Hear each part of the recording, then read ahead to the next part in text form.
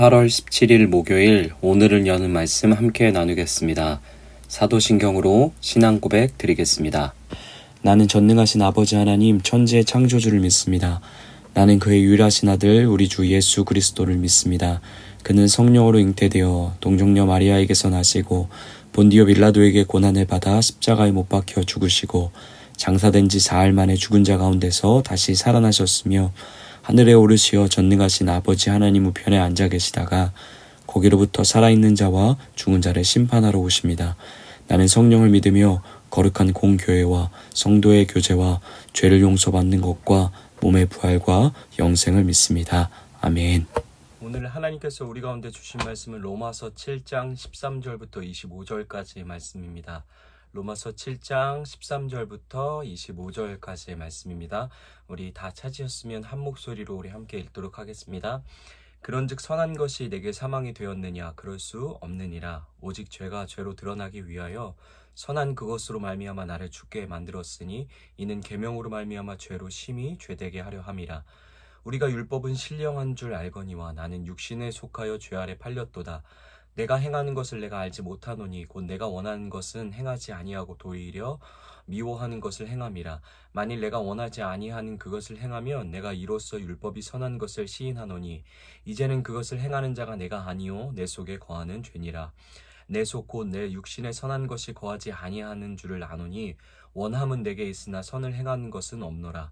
내가 원하는 바 선을 행하지 아니하고 도리어 원하지 아니하는 바 악을 행하는도다. 만일 내가 원하지 아니하는 그것을 하면 이를 행하는 자는 내가 아니요 내 속에 거하는 죄니라. 그러므로 내가 한 법을 깨달았노니 곧 선을 행하기 원하는 나에게 악이 함께 있는 것이로다. 내 속사람으로는 하나님의 법을 즐거워하되 내 지체 속에서 한 다른 법이 내 마음의 법과 싸워 내 지체 속에 있는 죄의 법으로 나를 사로잡는 것을 보는도다. 오호라 나는 곤고한 사람이로다. 이 사망의 몸에서 누가 나를 건져내랴. 우리 주 예수 그리스도로 말미암아 하나님께 감사하리로다. 그런즉 내 자신이 마음으로는 하나님의 법을 육신으로는 죄의 법을 섬기도라. 아멘. 로마서는 이야기합니다. 율법은 그 자체로 선한 것이지만 율법으로는 우리가 하나님 앞에 의로운 자가 될 수 없다라고 합니다. 그래서 우리는 오로지 예수님과의 연합을 통해 예수님께서 우리를 위해 이루신 십자가와 부활의 공로를 통해서만 하나님 앞에 의로운 자로 설 수 있게 될 것이라고 말하고 있죠. 바울은 7장을 통해서도 율법의 이런 한계를 끊임없이 지적합니다. 율법은 우리를 구원할 수 없음을, 그랬던 적도 없고 그럴 가능성도 없다라고 선언하고 있는 것이죠. 율법의 목적은 오로지 우리가 얼만큼 큰 죄인인지 깨닫게 하고 거기서 끝이 아니라 그렇기에 우리는 구원이 간절히 필요한 존재임을 뼈저리게 느끼게 한다라고 이야기해주고 있습니다. 우리가 예수님 안에 있는 하나님의 은혜를 간절히 갈망하고 그 은혜만이 유일한 우리의 필요와 소망임을 강력히 느끼기 위해서는 먼저 율법이 우리에게 유죄를 선고해야 한다라고 로마서는 이야기하고 있는 것이죠. 그러나 율법의 역할은 딱 거기까지인 것입니다. 죄를 깨닫게 하지만 죄를 깨닫게 해서 하나님의 은혜와 구원의 갈망을 불러일으키지만 율법은 그 죄에서 우리를 자유케 할 수 없는 것이죠. 이것이 지금까지 이어진 로마서에서 바울이 율법을 향한 평가였습니다. 이어서 바울은 오늘 읽은 13절의 말씀을 통해서 율법을 이렇게 다시 한번 평가하는데요. 우리 13절 함께 다시 한번 읽어보도록 하겠습니다. 그런즉 선한 것이 내게 사망이 되었느냐? 그럴 수 없느니라. 오직 죄가 죄로 드러나기 위하여 선한 그것으로 말미암아 나를 죽게 만들었으니 이는 계명으로 말미암아 죄로 심히 죄되게 하려 함이라. 아멘. 바울은 질문합니다. 그런즉 선한 것이 내게 사망이 되었느냐? 다시 말해서 율법이 악한 것인가? 율법이 살인자인가? 하는 질문을 하는 것이죠. 그리고 그에 대한 대답으로 그럴 수 없느니라 바울은 단호하게 답을 합니다. 문제는 율법이 아니었던 거죠. 문제는 오히려 율법이 아니라 죄이고 그 죄를 용납한 죄인인 우리가 문제였다라고 말하고 있는 것입니다.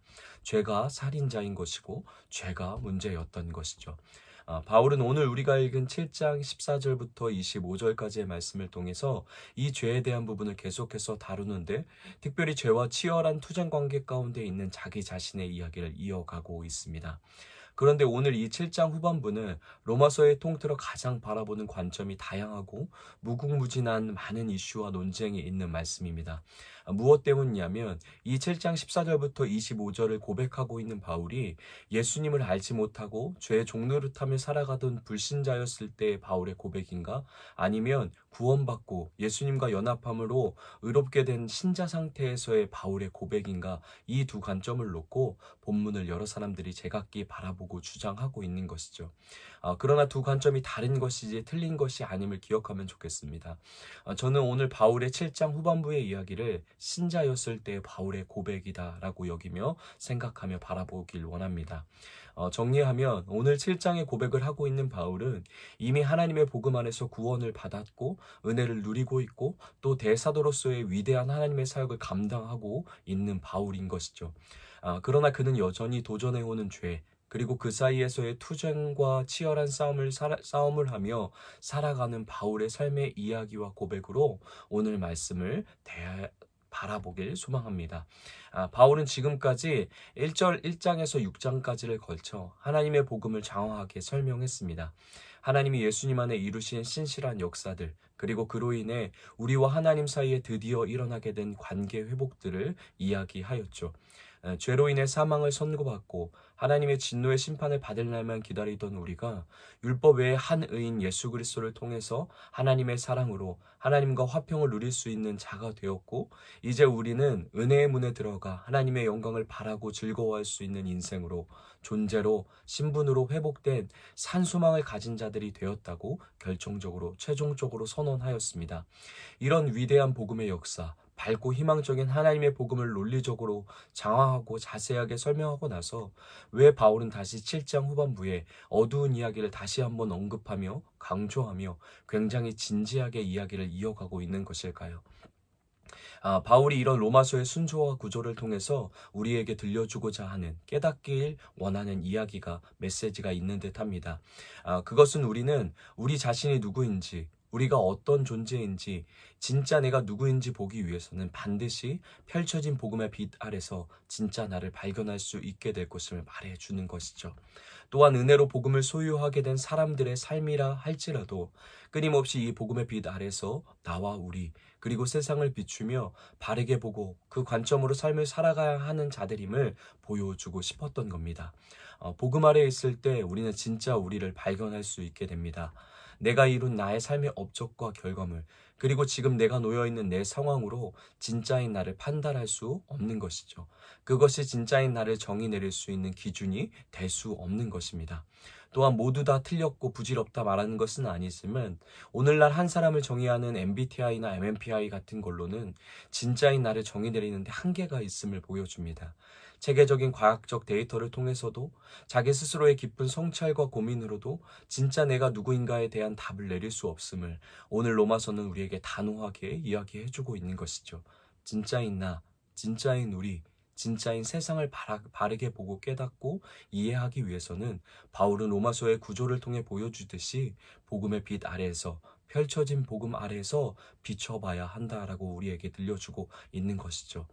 우리와 세상을 창조하신 하나님 안에서 그분의 비추심 안에서 보게 될 때 진짜를 정직하게 볼 수 있게 될 것이라 말하는 것이죠.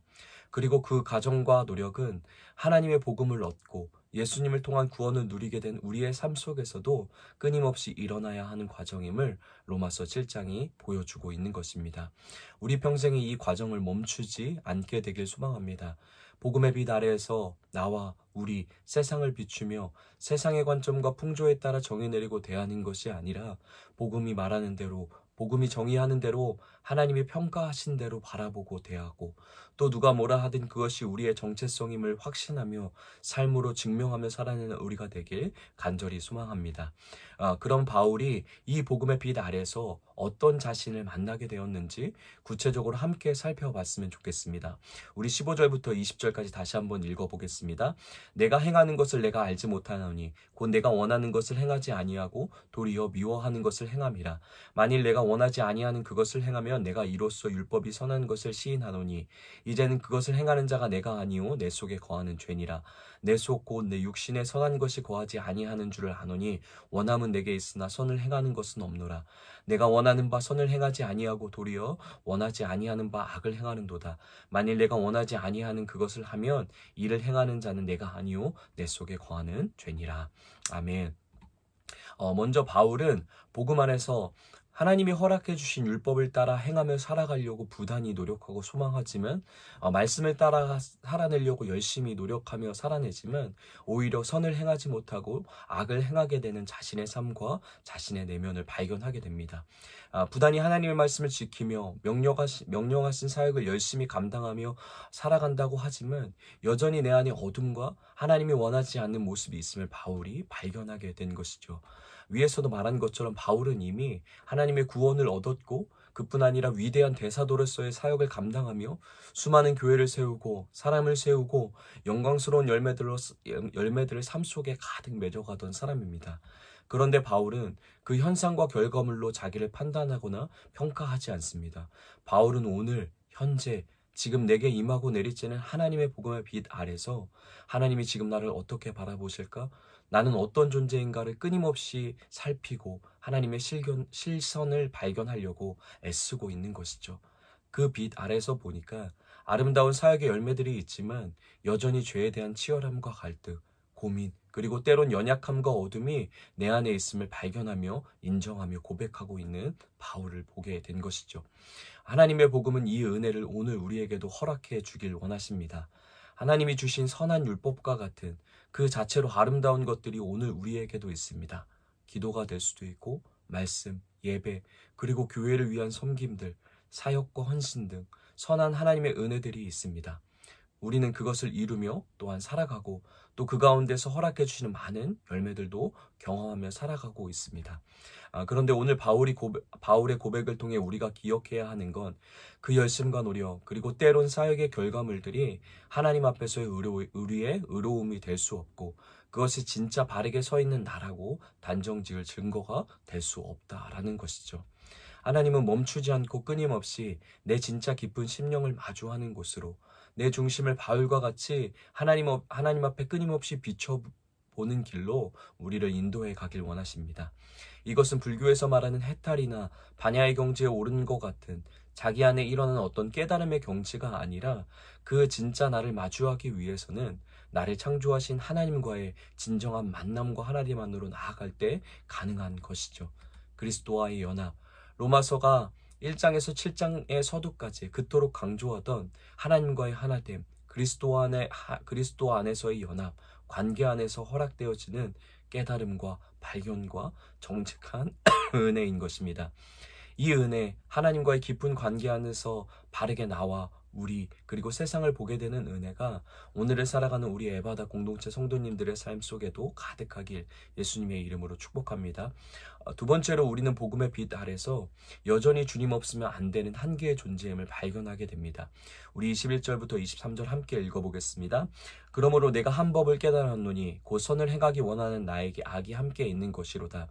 내 속사람으로는 하나님의 법을 즐거워하되 내 지체 속에서 한 다른 법이 내 마음의 법과 싸워 내 지체 속에 있는 죄의 법으로 나를 사로잡는 것을 보는도다. 아멘. 바울은 이야기합니다. 내 신분이 그리스도 안에서 바뀌었고 죄에 싹인 사망에서 그리스도를 통해서 근원적으로 자유를 얻었지만 여전히 죄의 도전과 치열한 갈등이 내게 남아있음을 고백합니다. 죄가 누르는 도전과 괴롭힘 안에 여전히 노출되어 있고 그걸 넘어 때로는 죄로 인한 실패와 넘어짐을 구원받은 우리도 끝없이 경험한다라는 것이죠. 그리스도의 십자가의 은혜로 죄가 우리를 지배할 수는 없지만 여전히 우리는 이 땅을 살아가면서 죄의 도전과 걸어오는 싸움에 자유할 수 없음을 로마서 7장이 보여주고 있는 것이죠. 그러나 우리가 여기서 기억해야 하는 건 이 사실이 죄를 짓고 살아가는 우리의 타당성을 뒷받침해 주거나 죄를 지으면서 어쩔 수 없어, 다 그런 거야, 다 죄를 지으며 살아 등의 거짓 자유나 자기 합리화의 이유가 되지 말아야 함을 기억해야 합니다. 로마서가 보여주고자 하는 것은 죄의 공격 앞에 우리는 별 수 없다라고 결론 짓는 것이 아니라 그 공격 가운데도 끝없이 그리스도를 의지하고 그분과 연합함으로 고군분투하며 거룩함으로 살아가야 하는 삶으로 우리를 초대하고 있기 때문이죠. 그러면 이런 죄의 여전한 도전과 그로 인해 괴로움과 실패를 경험함의 연속 속에 우리는 살아가고 있는데, 그때 우리는 어떤 고백으로 하나님 앞에 나아가게 될까요? 우리 24절입니다. 우리 함께 읽어보도록 하겠습니다. 오호라, 나는 곤고한 사람이로다. 이 사망의 몸에서 누가 나를 건져내랴. 아멘. 주님이 평생 우리를 이 고백 안으로 인도하십니다. 더 처절하고 더 뼈저리게, 더 간절하게, 더 진솔하게 이 고백이 우리의 인생에 있길 원하십니다. 내 스스로는 아무것도 할 수 없는 한계를 인정하게 하시고, 많은 주님의 사역을 감당하고 피땀 흘려 헌신을 드리며 살아가도, 그리고 모두가 그런 우리를 인정해 주더라도 우리는 끊임없이 복음 아래서 내 스스로는 결코 아무것도 할 수 없는 곤고한 인생임을, 비탄하고 절망적인 존재임을 고백하게 하십니다. 여전히 우리의 도움과 우리의 소망과 우리의 힘과 능력은 우리 안에 없음을 발견하게 하시는 것이죠. 이것이 은혜입니다. 우리는 자기의 무능을 인정하는 것을 굉장히 괴로워합니다. 세상의 풍조가 그래서기 때문이죠. 그러나 주님 앞에 나의 무능과 나의 연약함을 인정하는 것이 은혜인 줄 믿습니다. 그런데 주님은 그냥 우리가 그 연약함 안에서 주님, 우리는 연약합니다, 아무것도 할 수 없습니다 말하며 좌절하며 패배주의자처럼 의기소침한 자로 계속 살아가게 하려는 것이 아니십니다. 우리는 아무것도 할 수 없다 고백하는 그 자리에서, 그곳에서 주님이 우리에게 진짜 보여주고 싶은 곳이 있으신 것이죠. 그 공고함의 자리에서 24절의 고백을 진정으로 고백해낼 때, 그때 비로소 우리 인생이 25절의 하나님을 보게 하십니다. 우리 25절 우리 함께 읽어보도록 하겠습니다. 우리 주 예수 그리스도로 말미암아 하나님께 감사하리로다. 그런즉 내 자신이 마음으로는 하나님의 법을, 육신으로는 죄의 법을 섬기노라. 아멘.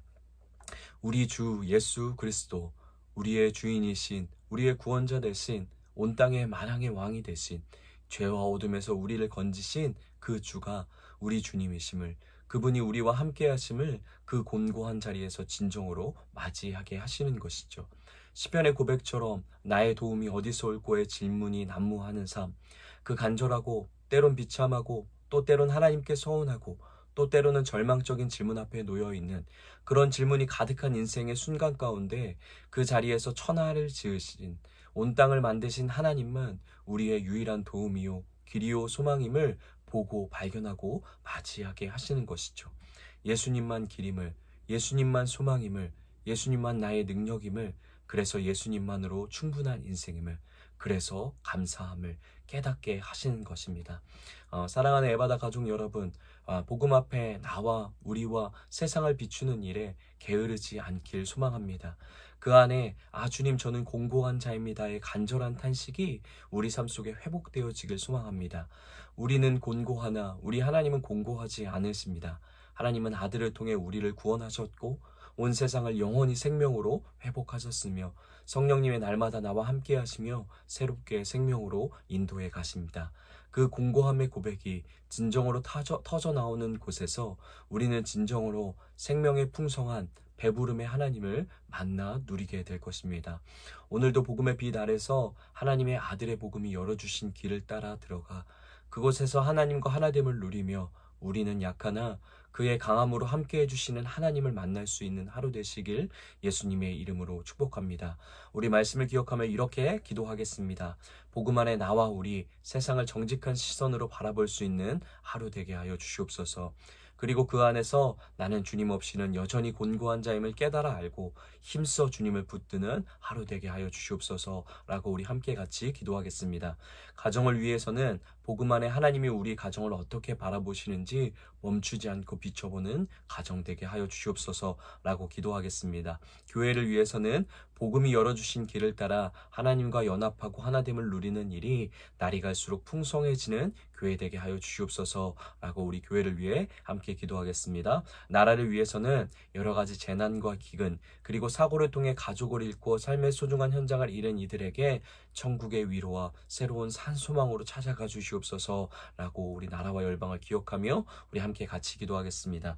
오늘 공동체 기도는 명하율 어린이를 위해서 우리 함께 같이 기도하겠습니다. 기도하겠습니다. 개인의 기도 제목은 하나님만 찬양하는 어린이로 자라날 수 있게, 가정을 위한 기도 제목은 유아와 함께 하나님을 찬양할 수 있게, 삶의 현장을 위한 기도 제목은 만나는 사람들에게 하나님 주신 기쁨을 나눌 수 있게, 교회를 위한 기도 제목은 아가들부터 어르신들까지 모두의 마음과 육신이 강건할 수 있게, 사회와 나라 온 세계를 위한 기도 제목은 세계 나라의 가정이 어그러진 모습으로 깨어지지 않고 하나님 주신 질서 속에 아름다운 모습으로 이루어질 수 있게, 우리 이런 기도 제목을 갖고 있는데 우리 하요일을 위해서 우리 함께 같이 축복하며 기도하겠습니다. 우리 하요일이가 하나님 안에서 잘 자라날 수 있도록, 하나님 안에서 날마다 큰 하늘의 기쁨과 또 하나님이 주시는 참된 자유와 예배의 기쁨을 어린 나이에서부터 경험하며 감격을 누리며 살아갈 수 있는 우리 하요일이 될 수 있도록 또 우리 함께 같이 간절한 마음으로 축복하며 기도하도록 하겠습니다. 또 각자에게 주신 개인의 기도 제목, 또 가정과 또 교회와 나라와 열방을 위한 기도 제목을 하나님 앞에 간절하게 기도하시고 각자의 자리에서 주기도문으로 모든 예배 마치도록 하겠습니다.